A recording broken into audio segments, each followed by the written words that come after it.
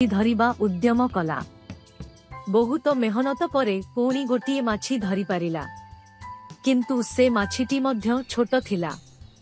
एथिरे से पुणी कहिला एबे से भूखरे बहुत थकी जाइथिला, एथिपाई माछी धरिबाकु मध्य से समर्थ नथिला। से तळे पानी मध्यरे खड़ा रहिला एही आशारे जे बड़ माछी मिली पारिबो, किंतु सेठारु थोड़ा दूरे थिबा गोटिए मगर भालुकु देखुथिला। से निजर शिकार मिलीगला बोली भाबिला। मगर चुपचाप भाबे भालुंको पछरु आसी तांकु झापटी धरिला एवं पानी मध्यरे आकी नेला। बिचारा भालु भूखरे एते थकी जाइथिले जे से मगर सहित लड़ी पारिले नाही। से तो शिकार करिबाकू आसीथिले, किंतु अन्यर शिकार होइगले।